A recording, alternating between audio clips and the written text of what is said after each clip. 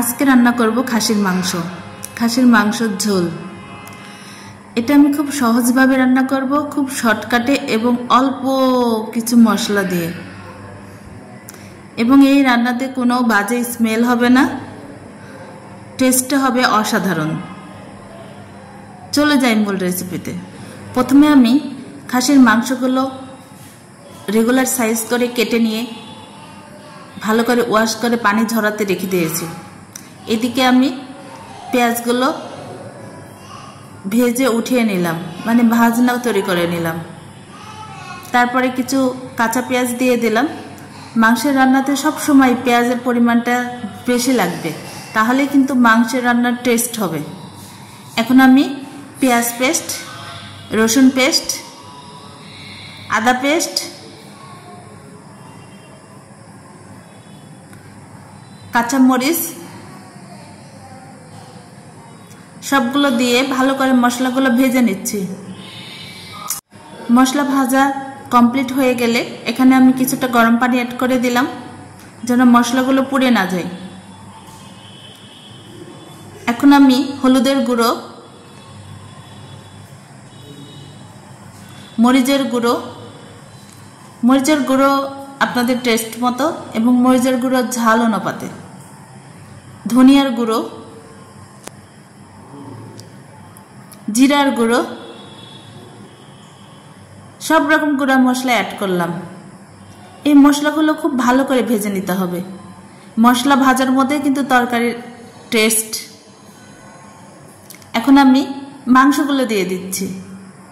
এখানে হাড্ডি চর্বি সহকারে মাংস আছে, কারণ খাসির মাংস হাড্ডি তো থাকবেই।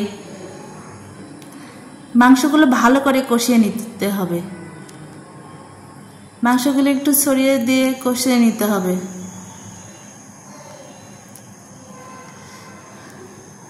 খাসির মাংসের মূল টেস্টই হলো কষানোর মধ্যে।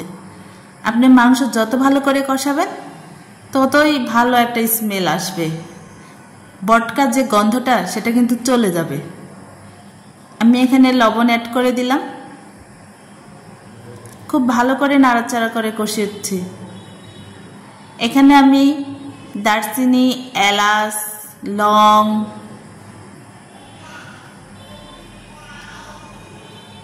তেজপাতা সব রকম মশলাই অ্যাড করে দিলাম। আবারও ভালোভাবে কষিয়ে নিচ্ছি। এখন 10 মিনিটের জন্য ঢাকনা দিয়ে দিচ্ছি।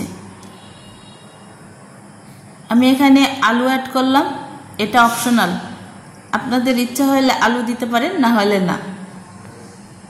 তবে আমার আলু খেতে ভালো লাগে, এজন্য আমি আলুটা সবসময় অ্যাড করি। সবসময় না, সরি, ম্যাক্সিমাম টাইম। আবারও আমি ঢাকনা দিয়ে দিলাম।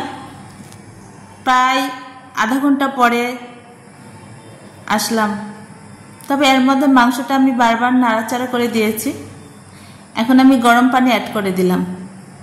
মাংসতে অবশ্যই গরম পানি অ্যাড করতে হবে, নাহলে মাংসটা সিদ্ধ হবে না ভালো করে এবং টেস্টটা নষ্ট হয়ে যাবে।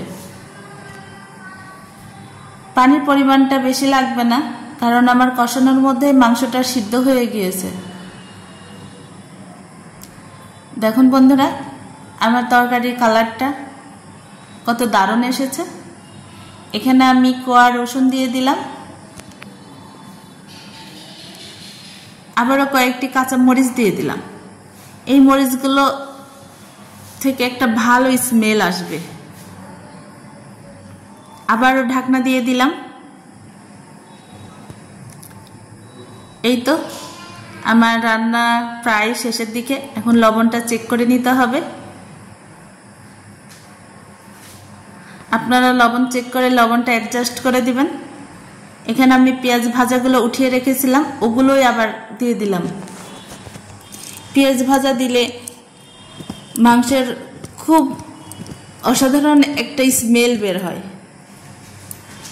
আমার রান্না কমপ্লিট। হালকা ঝোল ঝোল মাংস আমি উঠিয়ে নিচ্ছি। দেখতে যেরকম লাগছে হয়তোবা খেতেও খুব মজার হবে। আপনারা ছুটির দিনে বা যেদিন সময় থাকবে খাসির মাংস এভাবে রান্না করে খেয়ে দেখবেন। ওকে, ভালো থাকবেন।